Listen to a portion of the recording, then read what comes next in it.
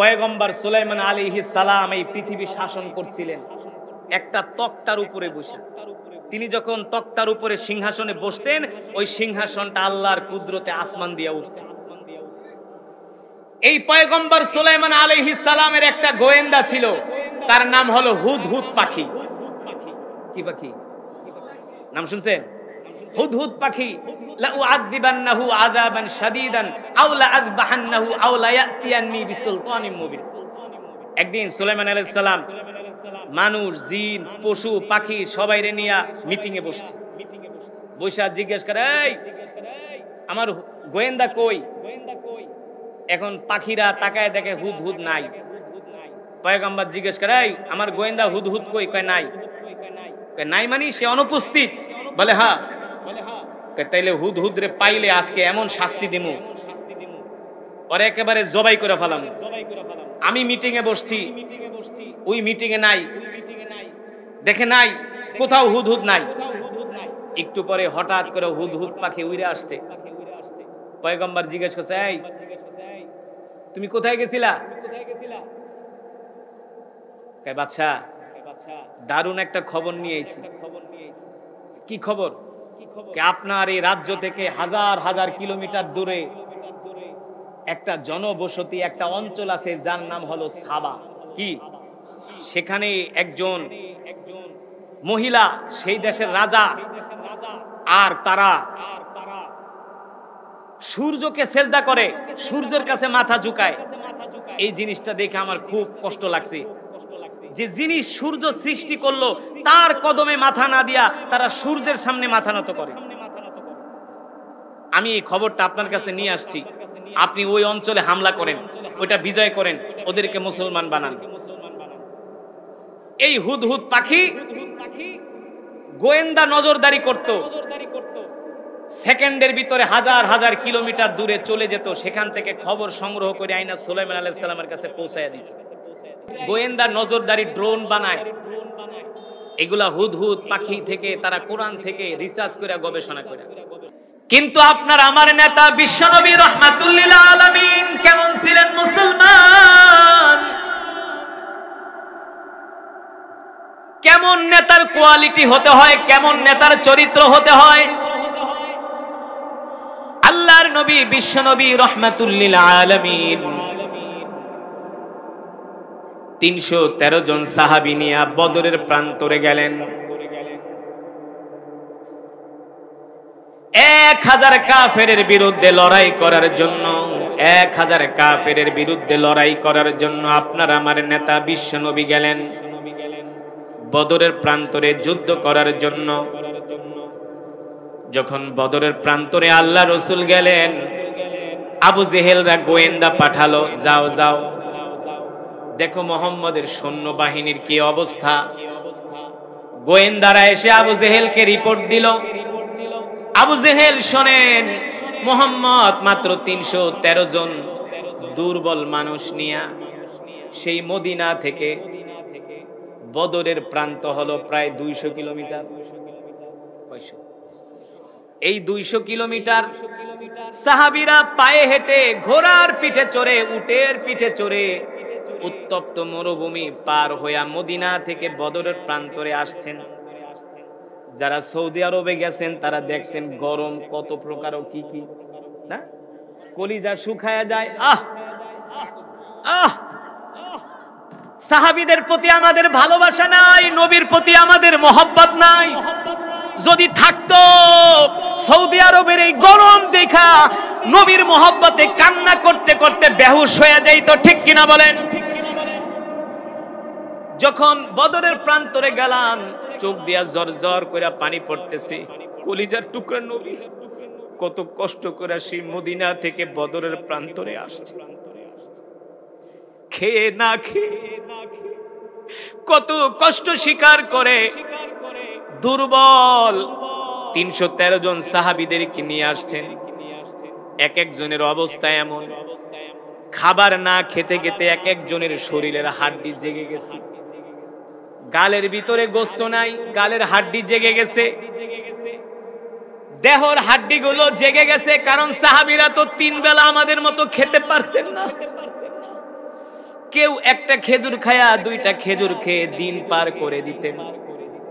এমনও আছে অনেক সাহাবীরা 2 দিন পর্যন্ত কিছু খেতে পেতেন না, এত কষ্ট করেছেন সাহাবীরা। এমন 313 জন দুর্বল সাহাবী নিয়ে আল্লাহর নবী যখন বদরের প্রান্তরে আসলেন, সাহাবীরা আল্লাহর নবীকে খবর দিলেন, ওগো আল্লাহর রাসূল, আমরা তো 313 জন, আর আবু জেহেলরা হলো 1000। আবু জেহেলরা হলো 1000। এই কথা শোনার পরে আল্লাহর রাসূল কিছুটা ভেঙে পড়লেন। আল্লাহর রাসূল চিন্তায় পড়ে গেলেন, টেনশনে পড়ে গেলেন। কি করে 313 জন 1000 কাফেরের মোকাবেলা করবে? এটা তো অবশ্যই চিন্তার বিষয় না? আমরা যদি আপনাদেরকে নিয়ে কোনো মিছিলে যাই, কয় মিয়া হুজুর পুলিশের মাইর খাইতে যেমন হ্যাঁ, আপনাদেরকে কোনো আল্লাহ রাসূলের ইজ্জত রক্ষার জন্য মিছিলে ডাকলে পাওয়া যায় না। পুলিশের মাইর খামু নাকি, মামলা খামু নাকি? অথচ আল্লাহর নবী 313 জন নিয়ে 1000 কাফেরের বিরুদ্ধে লড়াই করার জন্য যাচ্ছেন। একজন সাহাবীও বলে নাই, ওগো নবী আমরা কি পারবো নাকি, আমরা কি হেরে যাব নাকি? এই কথা কোন সাহাবী বলে নাই। আল্লাহর নবী মুহাজিরদের দিকে তাকালেন, আনসারদের দিকে তাকালেন। আনসার সাহাবীদের মাঝে মিকদাদ রাদিয়াল্লাহু তাআলা আনহু দাঁড়ায় গেলেন আর বললেন, ওগো নবী আপনি চিন্তা করবেন না, আমরা সংখ্যায় 313 জন হতে পারি, আপনি টেনশন করবেন না। আপনি বামেও তাকাবেন না, ডানেও তাকাবেন না, পিছনেও তাকাবেন না। আপনি আমাদেরকে 313 জন নিয়ে সামনে আগায় যান, আমরা আপনার ডানে বামে সামনে পিছনে থেকে ওই মক্কার কাফেরদের সাথে আমরা যুদ্ধ করব।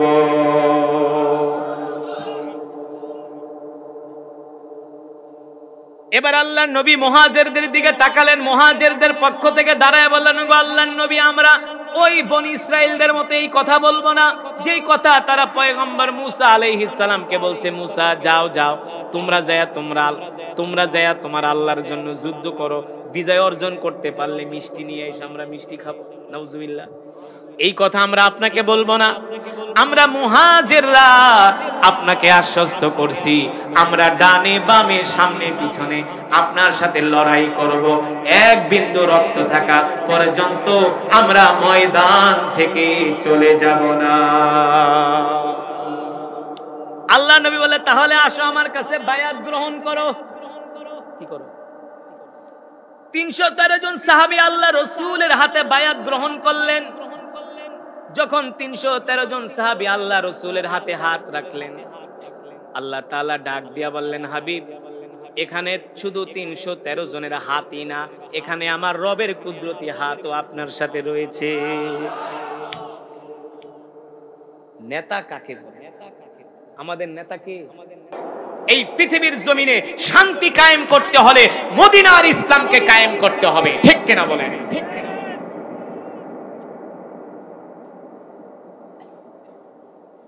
এবার আল্লাহর নবী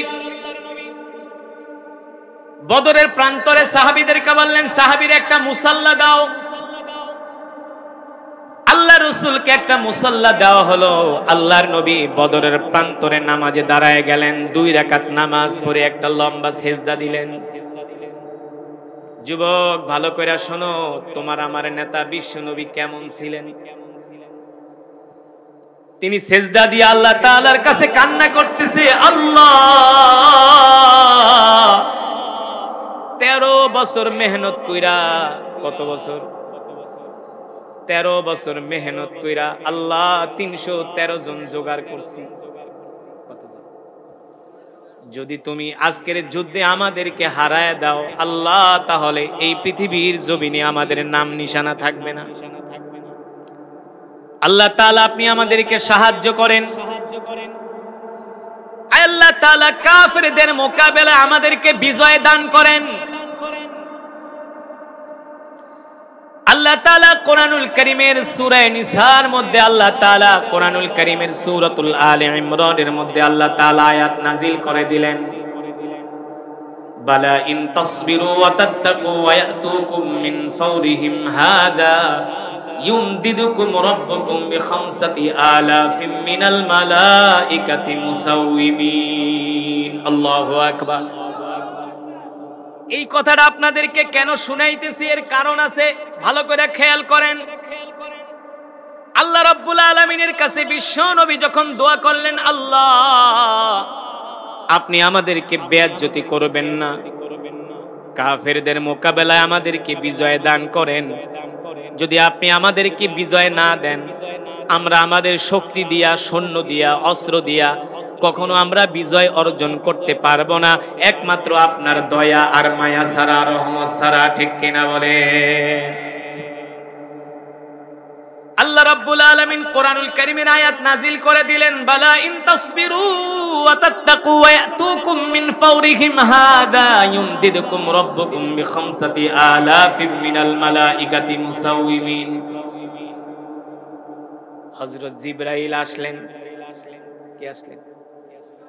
জিবরাইল এসে বলেন, ওগো আল্লাহর রাসূল, আপনি আপনার সেজদা উঠান, আপনি আপনার মাথা মোবারক উঠান, আপনার দোয়া কবুল হয়ে গেছে। এ যুবক, এখনো যুদ্ধ শুরু হয়েছে? এখনো যুদ্ধ শুরু হয় নাই। জিবরাইল এসে বলে, মাথা উঠান, সেজদা উঠান, আপনার দোয়া কবুল হয়ে গেছে। সুবহানাল্লাহ বলেন। আল্লাহ রাসূল বললেন, ভাই জিবরাইল, দোয়া কবুল হয়েছে মানি? বলে, আসেন আসেন। আল্লাহ রাসূলের হাত মোবারক ধরে জিবরাইল বলে, এই জায়গায় আবু জেহেল মরবে, এই জায়গায় আবু লাহাব মরবে, এই জায়গায় উতবা মরবে, এই জায়গায় সাইবা মরবে। এমন কি নবী, আপনারা যেই জায়গাটায় দাঁড়ায় আছেন, এই জায়গাটা হলো মরুভূমি, বালু বালু। বালুর ভিতরে যদি মানুষ পাড়া দেয় তাহলে পা গেড়ে যায়, ঘোড়া পাড়া দিলেও পা গেড়ে যায়। গেড়ে গেলে সেই জায়গায় যুদ্ধ করা সুবিধা করা যায়। নবীজি, ওগো আল্লাহ রাসূল, একটু পরেই আল্লাহ তাআলা আসমান থেকে এখানে বৃষ্টি নাজিল করবেন, বৃষ্টি বর্ষণ করবেন। বালুর মধ্যে যদি বৃষ্টি হয় তাহলে বালু কি হয়? কথা বলে না, শক্ত হয়ে যায়। ঠিক কিনা বলেন? দেখেন আল্লাহ তাআলার রহমত, আল্লাহ তাআলার পক্ষ থেকে সাহায্য কিভাবে আসতেছে। জিবরাইল এসে বলেন, ওগো আল্লাহর নবী, একটু পরেই বৃষ্টি হবে, বৃষ্টি হলে এই জায়গাটা শক্ত হয়ে যাবে, আপনারা যুদ্ধ করে সুবিধা করতে পারবেন। কাফেররা যেখানে আছে সেখানে বৃষ্টি হবে, তার মানে ওরা বেকায়দায় পড়ে যাবে। ওগো আল্লাহর নবী, এটা তো হলো আপনার জন্য একটা ফার্স্ট সুসংবাদ। দ্বিতীয় সুসংবাদ হলো, যখন যুদ্ধ শুরু হয়ে যাবে, আল্লাহ তাআলা ওয়ুমদিদুকুম রাব্বুকুম বিখামসাতি আলাফিম মিনাল মালাইকাতি মুসাউইমিন। আল্লাহ তাআলা আসমান থেকে আপনাদের জন্য 5000 ফেরেশতা পাঠায়া দিবি। যেই 5000 ফেরেশতা আপনাদের সাথে যুদ্ধ করবে। আর আস্তে কোন সুবহানাল্লাহ, কয় হাজার? জোরে বলেন, কয় হাজার? সেই পাহাড়টা বদরের প্রান্তরে, যেখানে শুহাদায়ে বদর, সেই বদরের মসজিদ থেকে মাত্র 2 কিলোমিটার দূরে সেই পাহাড়ের নাম হলো জাবালে মালাইকা। জাবালে, এই পাহাড়টা আমি আমার এবার নিজের চোখে দেখে আসছি, নিজের চোখে দেখে আসছি। এই পাহাড়টা, সৌদি আরবের যত পাহাড় আছে সবগুলো হলো পাথরের পাহাড়। কিসের পাহাড়? কিন্তু ওই জাবালে মালাইকাটা হলো বালুময় পাহাড়। দেখবেন পাথরগুলো মনে হয় কোনো মেশিন দিয়া গুঁড়া করছে, পাউডার হয়ে গেছে, পাউডার। সেই পাথর হলো, সেই পাহাড় হলো পাথরের পাহাড়, কিন্তু সেই পাহাড়ের মধ্যে কোনো আস্ত পাথর নাই। পুরা পাহাড়টা হলো একেবারে পাউডারের মতো, পাথরগুলো মনে হয় পাউডার হয়ে গেছে। পুরাটা পাহাড় চতুর্পাশ দিকে ঘুরলাম, দেখলাম পুরাটা পাহাড় হলো একেবারে পাথরের পাউডার। অথচ হওয়ার কথা ছিল ওই পাউডার গুলো, ওই পাথর গুলো গড়িয়ে গড়িয়ে পড়ে যাবে, কিন্তু গড়িয়ে গড়িয়ে পড়ে না। সেই পাউডারের মতো পাথর গুলো একেবারে পাথর, পাহাড়টা দাঁড়িয়ে আছে। ইতিহাসবিদরা বলেন যখন ওই 5000 ফেরেশতা ওই পাহাড়ের উপরে আল্লাহ তাআলা নাজিল করেন, অবতরণ করেন, ফেরেশতারা নামার সাথে সাথে পাহাড় থেকে ধু ধু করে বালু উঠতেছে।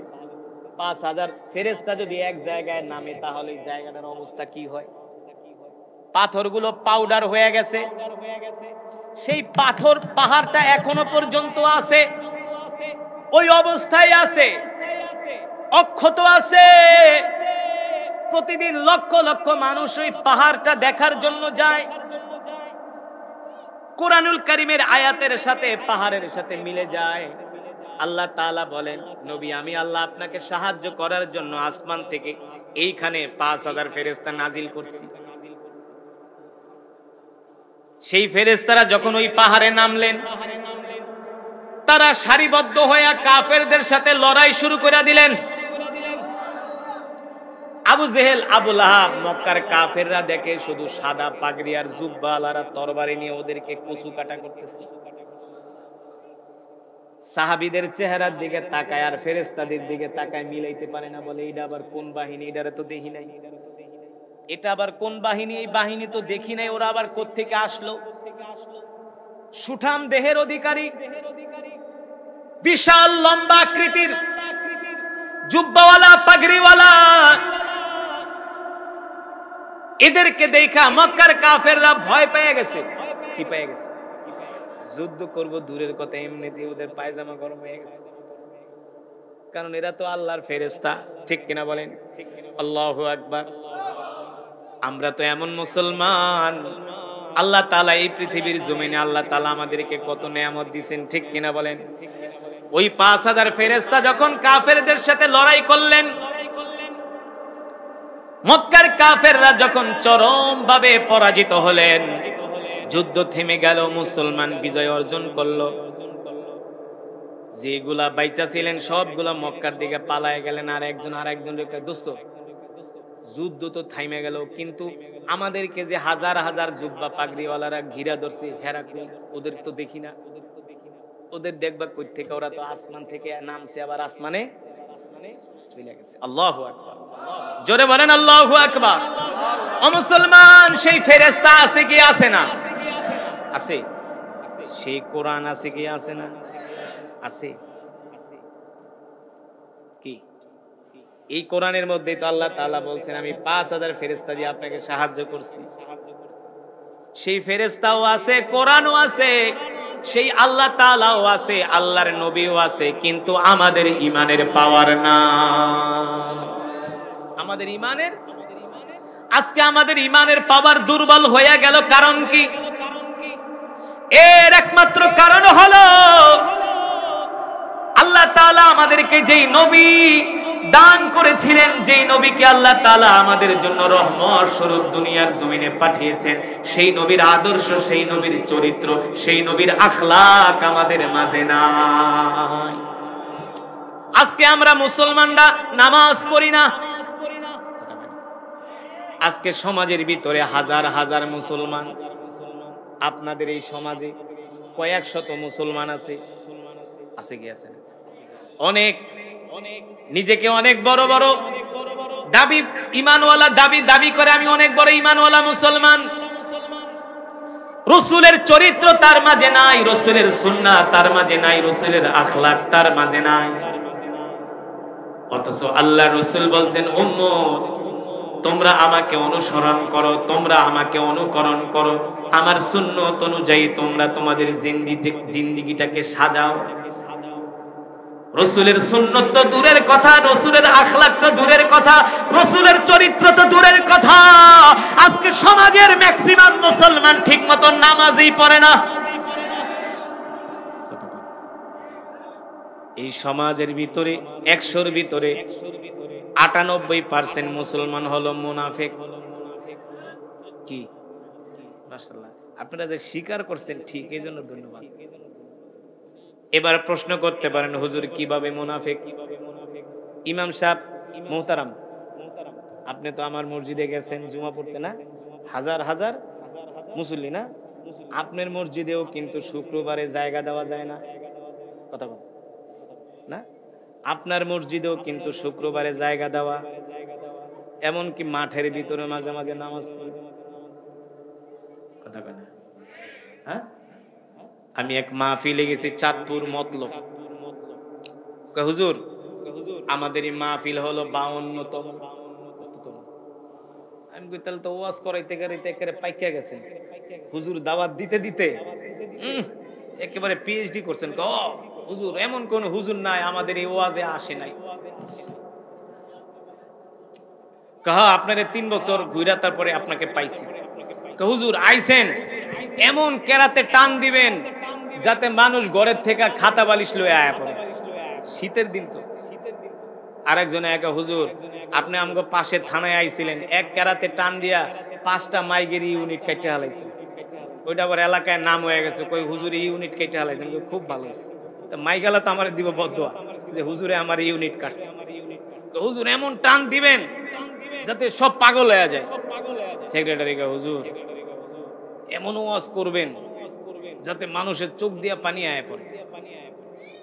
আমি কই ওয়াজ করান কত বছর? কয় 52 বছর। কোন কি গা হুজুর? হুজুর 5টা গরু জবাই করছি, তোবারক রানতেছি, তোবারক। 5000 মানুষের তোবারক খাওয়াম হুজুর। মহিলা আছে আরো 5000, 10,000 মানুষ তোবারক খাইব। আমি কই মাশাআল্লাহ ভালো। তো ইমাম সাহেব জি গেলাম, ইমাম সাহেব আপনার এলাকার মুসল্লিরা ওয়াজ টোয়াজ শুনেনি। কয় হুজুর সারা রাত ওয়াজ করলে একজনও উঠবো না। আমি কই তাহলে তো খুব ইমানদার, খুব ইমানদার। সারা রাত ওয়াজ শুনবো, একজনও উঠবো না। হুজুর যত ওয়াজ করতে পারেন। ইমাম সাহেব সারা রাত ওয়াজ করুন, ঠিক আছে, একজনও উঠবো না, সবই বুঝলাম। কিন্তু আপনার মসজিদে জুমার নামাজে কেমন মুসল্লি হয়? সব দিকে হুজুর আপনি একটা কথা কইলেন, আমগো এলাকার মানুষ এত নামাজি, জুমার মসজিদে মিয়া ওই সিঁড়িতেও দাঁড়ায়, মাঠেও দাঁড়ায়। অনেকে কয় হুজুর অজু খানার পাশে মাঝে মাঝে দাঁড়ায়, এত নামাজি। তাহলে তো পুরা নামাজি, সব পাক্কা নামাজি। তো ভালো কথা ইমাম সাহেব। তো জুমার নামাজে মুসল্লি এত, তো ফজরের নামাজের কি অবস্থা? কোন নামাজ? কথা কয় না জোরে। কোন নামাজ? ফজরের নামাজে কি অবস্থা? ইমাম সাহেব ওনার কথা কয় না। মিয়া কথা কন না কেন? ফজরের নামাজে কি অবস্থা? ইমাম সাহেবকে হুজুর লজ্জা দিয়েন না। আমি কই কেন? কয় হুজুর 80 ঘরে খাই। কয় ঘরে? হুজুর 80 ঘরে খাই। 80 ঘর বুঝুন তো? কি বুঝেন? হ্যাঁ মাশাআল্লাহ, টাঙ্গাইলের মানুষ তো 100 ঈমানওয়ালা মুসলমান। মাশাআল্লাহ, আল্লাহ তাআলা এই টাঙ্গাইলকে কবুল করুন। এই টাঙ্গাইলের ওলামায়ে কেরামরা, এই টাঙ্গাইলের মানুষরা ধর্মবিরোধ। তার কারণ হলো এই টাঙ্গাইলে এমন একজন মহামানব, এমন একজন বিশ্ব নেতার জন্ম হয়েছে, যেই বিশ্ব নেতা বাংলাদেশের যারা রাজনীতি করে তাদেরকে রাজনীতি শিখিয়েছে। কে? একটা আব্দুল কাদের, আব্দুল হামিদ খান ভাসানী। আব্দুল হামিদ খান আলেমদেরকে দাম দাও না। চিকিৎসা বিজ্ঞানের যিনি উদ্ভাবক, যিনি চিকিৎসা বিজ্ঞানটাকে জন্ম দিছে, জন্ম, তার নাম কি? নাম কি? হাফেজ ইবনে সিনা রহমাতুল্লাহ। যিনি চিকিৎসা বিজ্ঞানের উদ্ভাবক, জন্মদাতা, তিনি ছিলেন হাফেজ, তিনি ছিলেন আলেম, তিনি ছিলেন দরবেশ। ঠিক কিনা বলেন? ইতিহাস তো জানো না, কিভাবে বানাইলো উদাহরণ দিব। এই কারণে আল্লাহ রাব্বুল আলামিন কোরআনুল কারীমের মধ্যে বলেন, وَنُنَزِّلُ مِنَ الْقُرْآنِ مَا هُوَ شِفَاءٌ وَرَحْمَةٌ لِّلْمُؤْمِنِينَ وَلَا يَزِيدُ الظَّالِمِينَ إِلَّا خَسَارًا। আল্লাহ রাব্বুল আলামিন বলেন নবী, আল্লাহ রাব্বুল আলামিন বলেন নবী, আমি আল্লাহ তাআলা আপনার উপর যে কোরআন নাজিল করেছি, এই কোরআন আমি মুমিনের মুক্তির জন্য নাজিল করেছি। আল্লাহু আকবার। ও মুসলমান ও যুবক, আল্লাহ তাআলা তোমাকে আমাকে দুনিয়ার জমিনে পাঠিয়েছেন, এমনি এমনি পাঠান নাই। আল্লাহ তাআলা তোমাকে আমাকে দুনিয়ার জমিনে দায়িত্ব দিয়া পাঠিয়েছেন। কি দিয়া? প্রত্যেকটা মানুষের কাঁধে দায়িত্ব দেওয়া হয়েছে। কুল্লুকুম রাঈন ওয়া কুল্লুকুম মাসউলুন আন রাইয়াতিহি।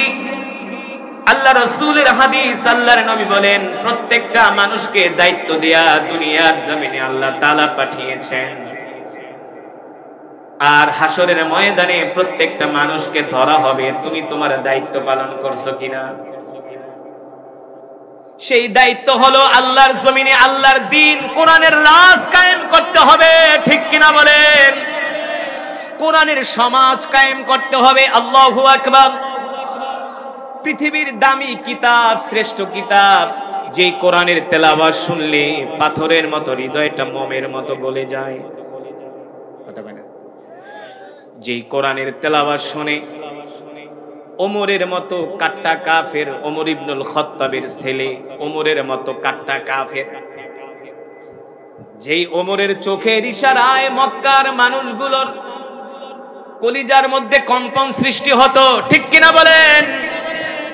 যেই ওমরের মতো সাহসী নেতাকে দেখলে মক্কার মানুষগুলো থরথর করে কাঁপত, ওই ওমর আল্লাহর নবীর জবানে কোরআন শুনে ওমর কালেমা পড়ে মুসলমান হয়ে গিয়েছে, ঠিক কিনা বলে? আল্লাহ তাআলা পৃথিবীর জমিনে এই কারণেই নবীকে পাঠিয়েছেন। সেই জাহেলিয়াতের যুগে আল্লাহ তাআলা কোরআনুল কারীমের মধ্যে বলছেন, লাকাদ জাআকুম রাসূলুম মিন আনফুসিকুম আজিজুন আলাইহি মা আনিতুম হারিসুন আলাইকুম বিল মুমিনিনা রাউফুর রহিম। ফাইন তাওয়াল্লাউ ফাকুল হাসবিয়াল্লাহু লা ইলাহা ইল্লা হু আলাইহি তাওয়াক্কালতু ওয়া হুয়া রাব্বুল আরশিল আযীম। আল্লাহ রাব্বুল আলামিন বলেন, এ দুনিয়ার মানুষ, আমি আল্লাহ তাআলা তোমাদের মধ্য থেকে তোমাদের জন্য এমন একজন নবী পাঠিয়েছি। সুবহানাল্লাহ বলেন। সেই বিশ্ব নবী রাহমাতুল লিল আলামিন হলো আমাদের নেতা। নেতা যদি ভালো হয়, ওই নেতার দ্বারা সমাজের মানুষ উপকৃত হয়। কথা বলেন। যতক্ষণ বয়ান চলবে কেউ উঠাউঠি করবে না, এদিক সেদিক তাকাবেন না, অল্প সময় মনোযোগ দিয়ে বয়ান শুনতে পারবেন, সেই ইমানের পাওয়ার আছে। আপনারা কোনো মেনমেনানি পেনপানি বক্তা দাওয়াত দেন নাই, দিছেন? বক্তা যে তেলাওয়াত করছে, বয়ান করতেছে, বক্তার স্পিরিট বোঝেন তো? বক্তার যদি স্পিরিট থাকে তাহলে শ্রোতারও থাকতে হবে। কথা না? তার মানে যতক্ষণ বয়ান চলবে ততক্ষণ ময়দান কাঁপবে। রাজি আছেন? আমরা শেষ মুনাজাত করে কে কে বাড়িতে যেতে রাজি আছি হাত উঠে আল্লাহকে দেখাই। হাত সোজা করেন, হাত সোজা করেন। যারা হাত উঠায় না তারা মুনাফিক, এদের মতলব ভালো না। জোরে ডাক দেন ইয়া আল্লাহ, আরো জোরে ডাক দেন ইয়া আল্লাহ। ইয়া যেমনি আল্লাহর নাম ডাক দেন, আশেপাশের মহিলারা বলবে যে এখানে কিছু মহিলা বসে আছে। পুরুষের আওয়াজ এমন হয় না। ঝগড়া করার সময় তো মহিলাগুলোকে ঠিকই করতে পারে, তাহলে এখন গলার আওয়াজ এত কম কেন? জোরে ডাক দেন ইয়া আল্লাহ। মাশাআল্লাহ। কিছুটা আমি হাত নামাইনি, এরা একেবারে দুর্বল হয়ে গেছে। আর আমি তো হাত নামাইনি। হাত উঠান, সোজা করেন, বলেন আল্লাহ আমাদের গুনাহগুলো মাফ করে দেন, শেষ মোনাজাত দিয়ে যাওয়ার তৌফিক দেন। বলি আমিন। হাত নামান। শেষ মোনাজাত দিয়ে যাবেন তো না এর আগে ওইটা যাবেন? এখন কিন্তু শয়তানে ডাকবো। দোস্ত, আজকের আবহাওয়াটা ভালোই আছে, কোরআন তেলাওয়াত যা শুনছো সওয়াব কামায় ফেলাইছো, এখন বাইরে আহো, দুইটা বিড়ি টান দাও, শরীরটা গরম করো। শয়তান বলবে কি বলবে না? কিন্তু আমরা কি শয়তানের ফাঁদে পা দিব? যে উঠবো বোঝা যায় শয়তানের ফাঁদে পড়ে গেছে, ঠিক কিনা? তাহলে আমরা জমে জমে শেষ মোনাজাত দিয়ে যাবো তো ইনশাআল্লাহ। আল্লাহ তাআলা কবুল করুন বলি আমি।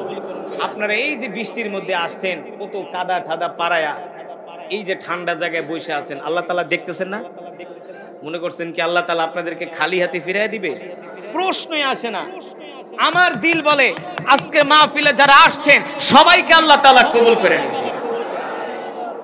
কারণ আপনাদের ইমানের পাওয়ার না থাকলে আজকে এই ঠান্ডা বৃষ্টির ভিতরে বাড়িতে আসতেন, মাহফিলে আসতেন না, বাড়িতে বৈশা বৈশা আরাম করতেন। যেহেতু চলেই আসছেন, আল্লাহ তাআলা নিয়েই আসছে, তাহলে আমরা মোনাজাত দিব, চোখের পানি ফেলে আমাদের আত্মীয় স্বজন, মা বাবা, মুসলমানদের জন্য আমরা দোয়া করব ইনশাআল্লাহ। তবে আজকের বয়ান শুনলে আপনাদের ইমানের পাওয়ার বাড়বে, সন্দেহ আছে কোনো? আল্লাহ তাআলা কবুল করুন। যেই কথা বলতেছিলাম, আল্লাহ রাব্বুল আলামিন বলেন, এ দুনিয়ার মানুষ, আমি আল্লাহ তাআলা তোমাদের মধ্য থেকে তোমাদের জন্য এমন একজন রাসূল পাঠিয়েছি, এমন একজন নবী পাঠিয়েছি। সেই নবী হলো ওয়ামা আরসালনাকা ইল্লা রাহমাতাল লিল আলামিন। সেই নবী হলো তোমাদের জন্য রহমত, তোমাদের জন্য বরকত। আল্লাহ তাআলা অন্য আয়াতে বলেন, আমি আল্লাহ তাআলা তোমাদের মধ্য থেকে তোমাদের জন্য যেই রাসূল পাঠিয়েছি, এই রাসূল তোমাদেরকে এত ভালোবাসে, এত তোমাদেরকে মায়া করে।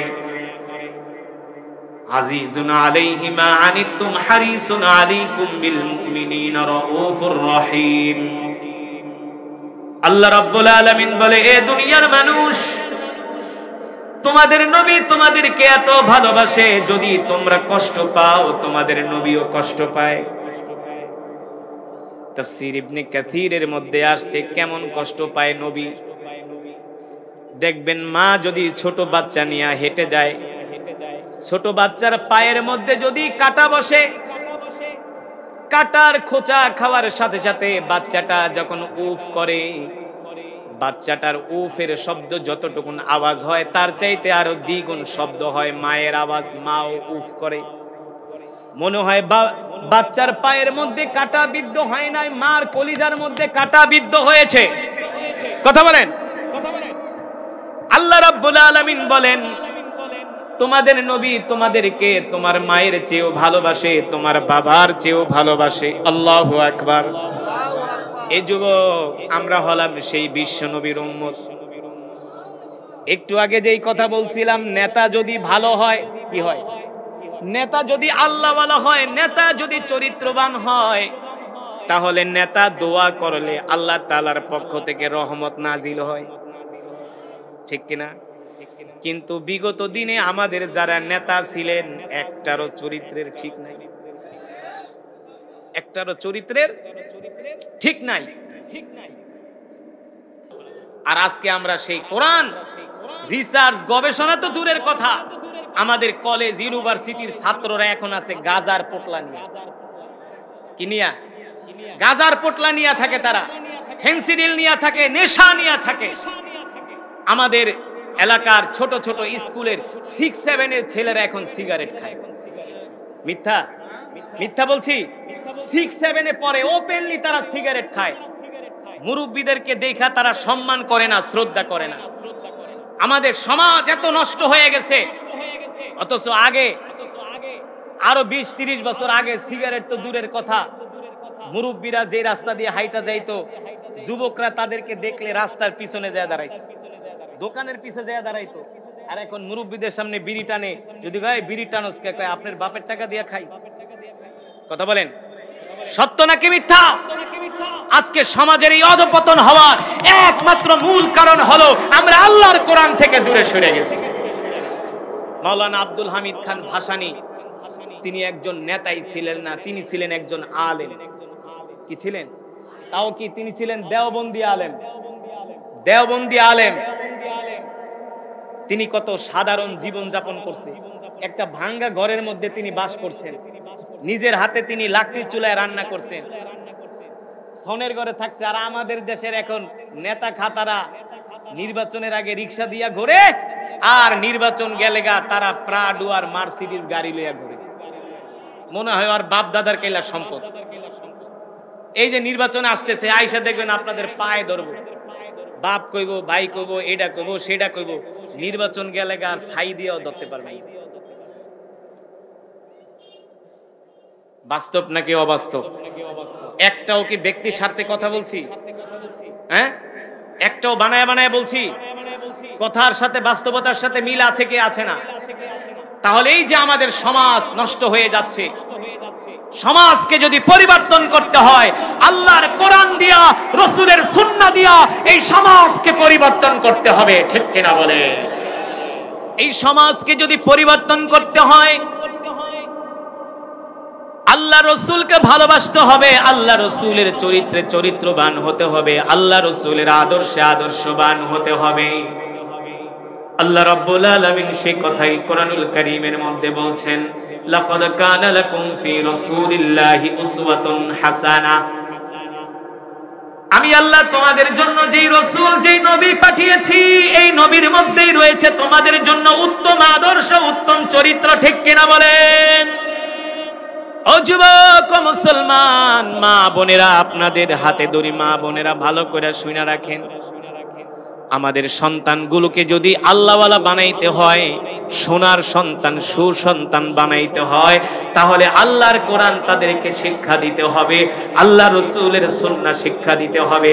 যদি আমরা আমাদের সন্তানদেরকে কোরআন না শিখাই, দ্বীন না শিখাই, ইসলাম না শিখাই, কিছুদিন পরে এই সন্তানরাই আমাদের গলার মধ্যে ছুরি ধরবে, আমাদেরকে আঘাত করবে আর বলবে নেশা খাওয়ার জন্য টাকা দাও, নেশা খাওয়ার জন্য টাকা দাও।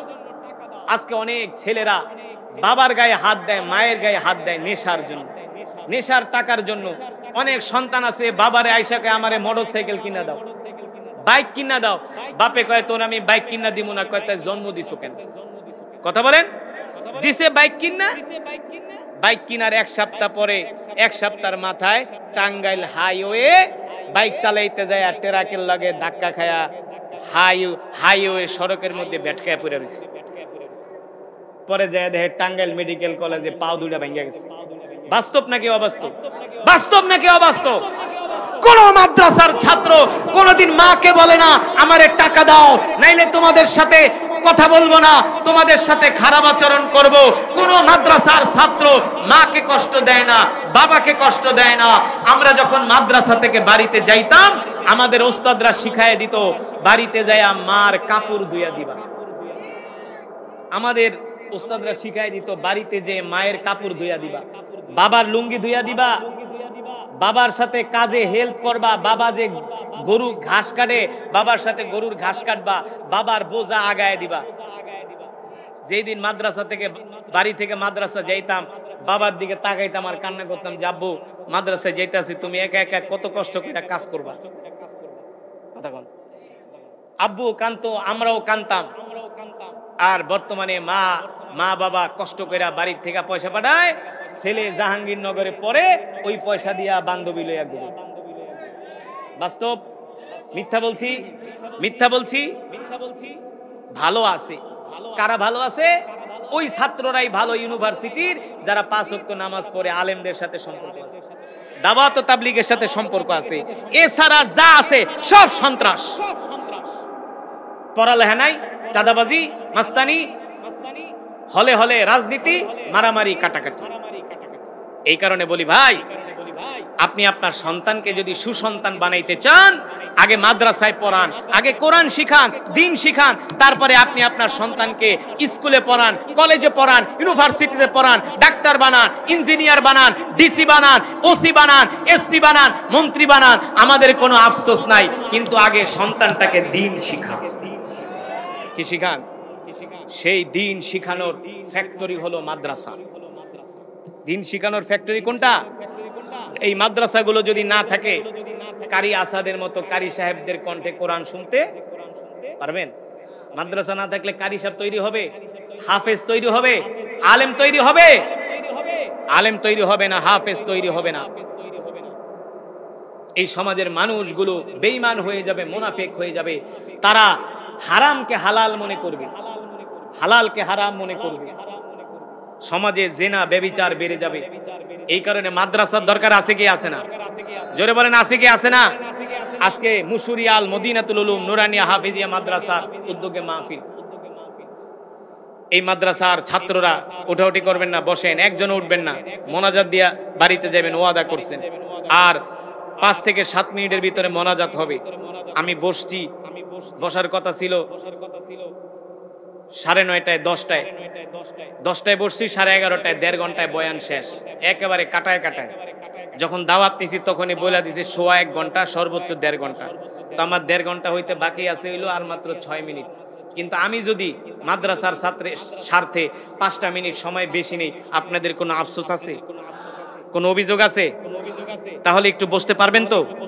ওটাউটি করেন না, বসেন। যেই মাদ্রাসার উদ্যোগে মাহফিল, দেখেন কার জন্য? আরো জোরে বলি, কার জন্য? একমাত্র মহান রব্বুল আলামিনের জন্য, যিনি আমাদেরকে সৃষ্টি করেছেন। ঠিক কিনা বলেন? মুসলমান, একটু একটু হালকা একটু কমায় দেন। হ্যাঁ, ঠিক আছে। আল্লাহ তাআলার প্রিয় বান্দারা, দীর্ঘক্ষণ সময় আমি কোরআনুল কারীমের তেলাওয়াত করেছি, আপনারা শুনেছেন? শুনছেন? কথা বলে না। আমি যতক্ষণ করব ওয়াজ, আপনাদের দিতে হবে আওয়াজ। কথা বলে না। যদি আওয়াজ দিতে না পারেন তাহলে বুঝবো আপনাদের ঈমান দুর্বল। এখন আর মুসলমানের চুপ করে থাকার সময় নাই।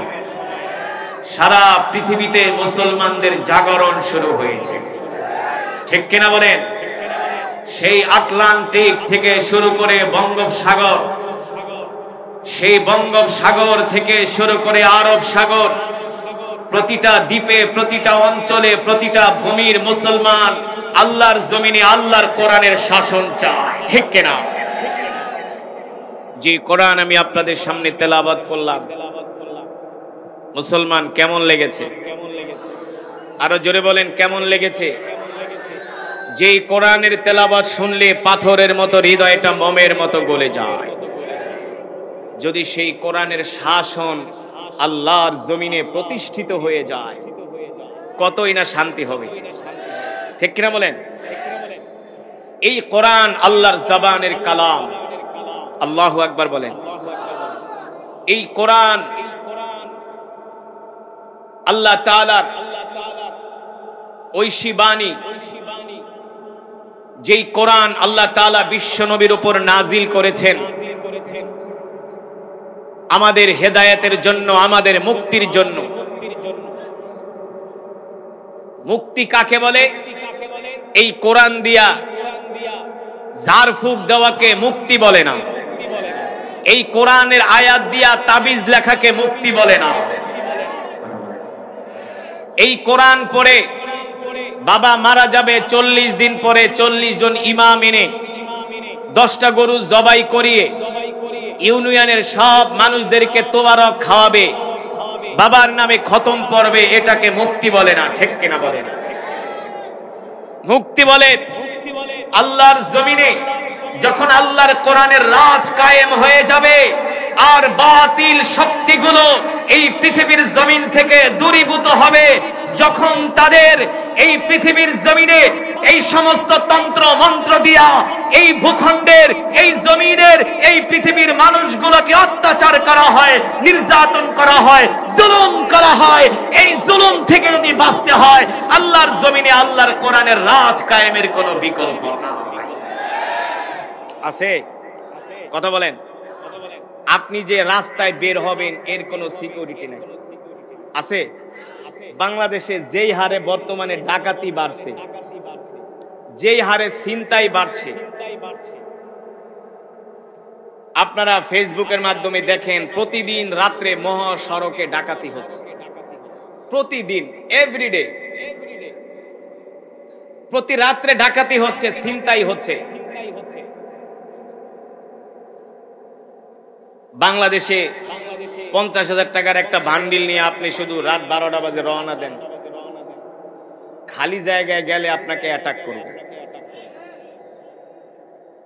প্রতিটা মোড়ে মোড়ে ডাকাত অস্ত্র নিয়ে বসে আছে, ছিনতাইকারীরা বসে আছে।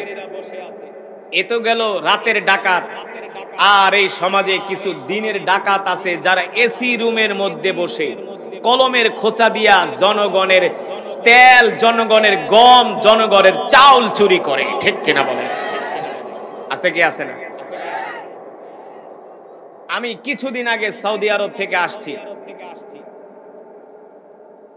মক্কা থেকে দাম্মাম যাচ্ছি। দাম্মাম প্রায় 1200 কিলোমিটার। কত কিলোমিটার? প্রাইভেট গাড়িতে যাচ্ছি।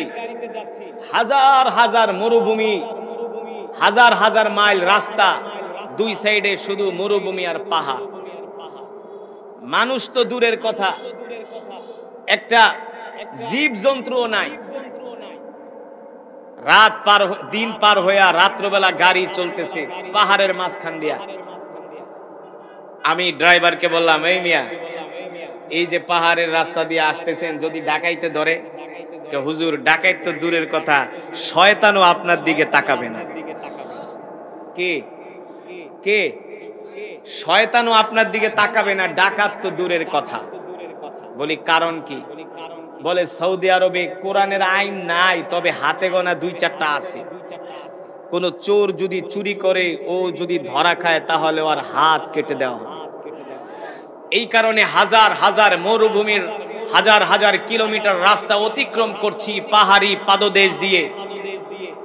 বিশ্বাস করেন, ওই মরুভূমি যদি বাংলাদেশে হইতো, রাত্রবেলা না, সকাল 10টায় ডাকাতে শুরু করে দিত। ঠিক কিনা বলেন? আমি একবার বিক্রমপুর থেকে মাহফিল করে ঢাকায় আসতেছি। দোহার একটা জায়গা আছে, দোহার। দেখি রাত্রবেলা রাস্তার ভিতরে রশি দিয়া বেঁধে দিয়েছে। এই রাস্তায় রাত 10টার পরে চলাচল নিষেধ। এই রাস্তায় রাত 10টার পরে চলাচল নিষেধ।